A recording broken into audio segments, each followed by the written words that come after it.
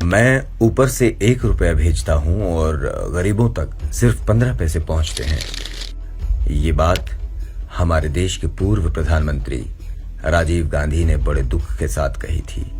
वो दिन था और आज का दिन है।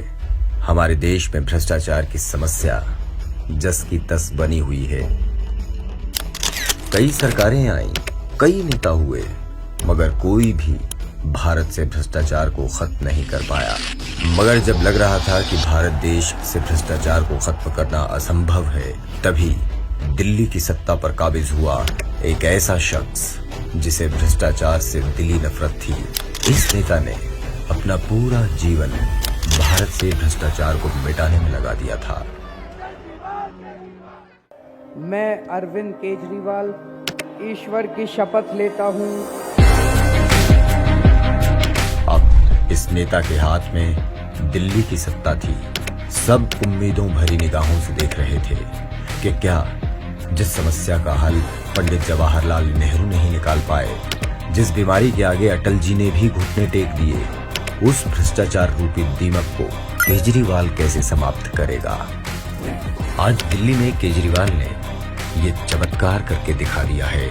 आज दिल्ली के बजट का पन्ना पन्ना चीख कर ये कहता है कि दिल्ली सरकार से केजरीवाल ने भ्रष्टाचार का सफाया कर दिया।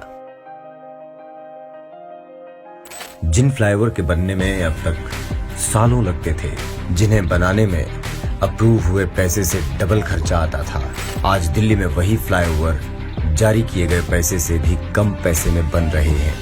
जी हाँ, पिछले 8 सालों में केजरीवाल सरकार ने सिर्फ फ्लाईओवर निर्माण में ही कुल 557 करोड़ रुपए से ज्यादा की बचत कर ली। ये पैसा पिछले 70 सालों में भी बचाया जा सकता था। ये पैसा आज भी देश के बाकी राज्यों में भी बच सकता है, मगर बच नहीं पाता।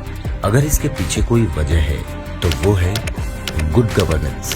केजरीवाल यूं ही मुख्यमंत्री नहीं बन गए। केजरीवाल ने पहले इंजीनियर और फिर सिविल सर्वेंट रहते हुए एक बेहतर शासन चलाने का हर वो राज जाना है जिससे बाकी नेता अछूते रह जाते हैं।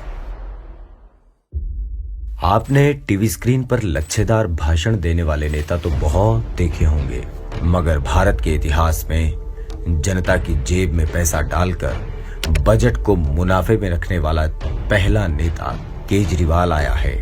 आज हमारे देश पर 155 लाख करोड़ रुपए का कर्ज है।